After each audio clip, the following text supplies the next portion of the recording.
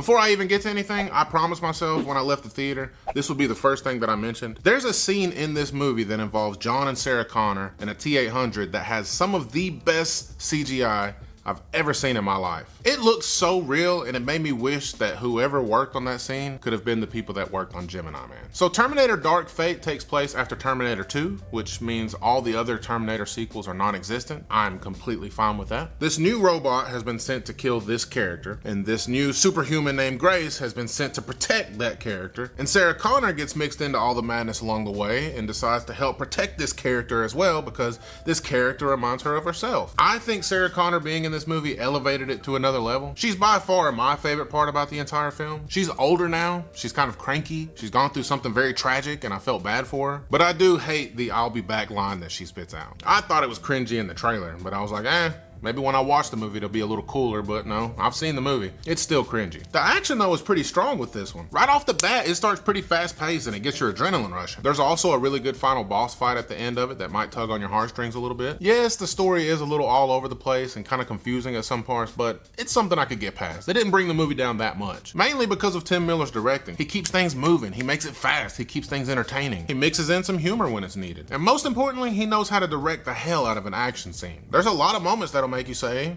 damn, Arnold's back.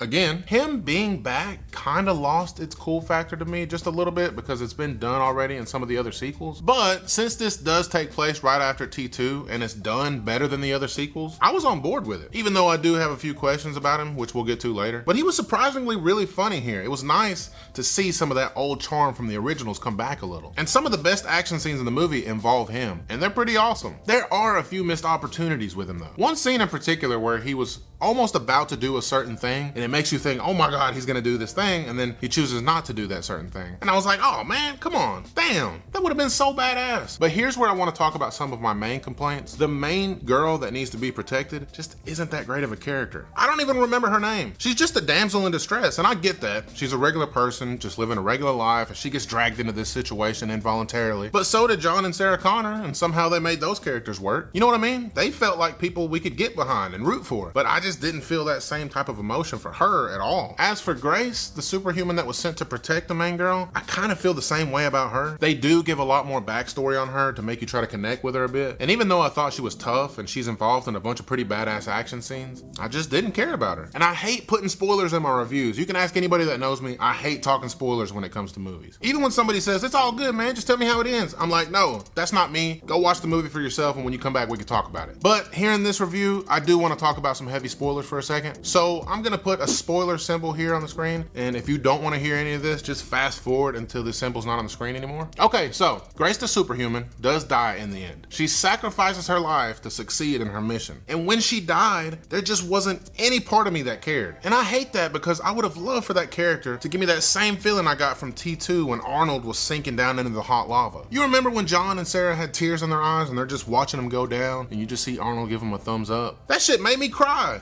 I felt that much of a bond between those characters that it was heartbreaking to see. It just sucks that I didn't get any of that type of feeling when she died, is all I'm saying. And I don't know if that's because of the script or the entire character as a whole. But yeah, enough spoiler talk. Something else that kind of bugs me is that they say because of the events that took place in Terminator 2, it caused Skynet to never exist. So Skynet was not the main reason Grace was sent to protect this main girl.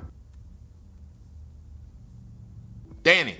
The main girl's name is Danny. Grace the superhuman was sent to protect Danny because of a new future threat of robots called Vision or something like that. But the name of the company doesn't matter. What matters is that this new company that's creating these robots are making them in the exact same design and style as the robots from Skynet. They look identical, like they were made from Skynet. So if Skynet never existed, why are these other robots that this other company is making look exactly like the robots that Skynet would have designed? Do you get what I'm saying? I mean, that's just me nitpicking, but it was on my mind, so I had to mention it. The movie also feels like I've seen it before, and that's because I have. I feel like this same plot has been done in way too many Terminator movies. I wish it would have taken more chances by trying to be just a little bit different. But the biggest thing that needs to be addressed is Arnold Schwarzenegger's Terminator being in the movie. If I sound dumb as hell right now, just comment down below and let me know if I missed something or just tell me what I'm misinformed on. A, How is he here? He died in T2. So does that mean he's a different T-800 that was sent back to kill John Connor? Were there tons of T-800s with the same look and design as Arnold's? I don't remember hearing any of that. And B, why is he aging? Again, maybe I missed something, but why does he look older if he's just a machine? His hair's turning gray, his skin looks old. And C, spoiler alert, it shows that Arnold has changed over the past few years and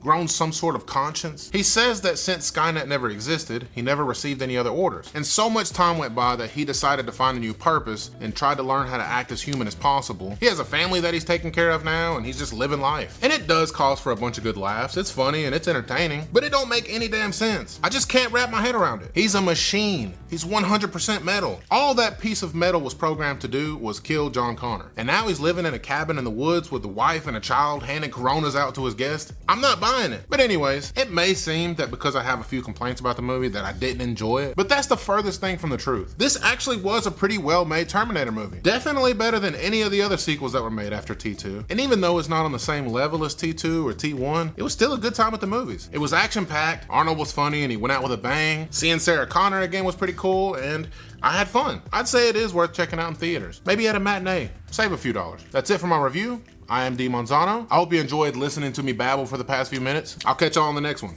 Be good. Hasta la vista, baby.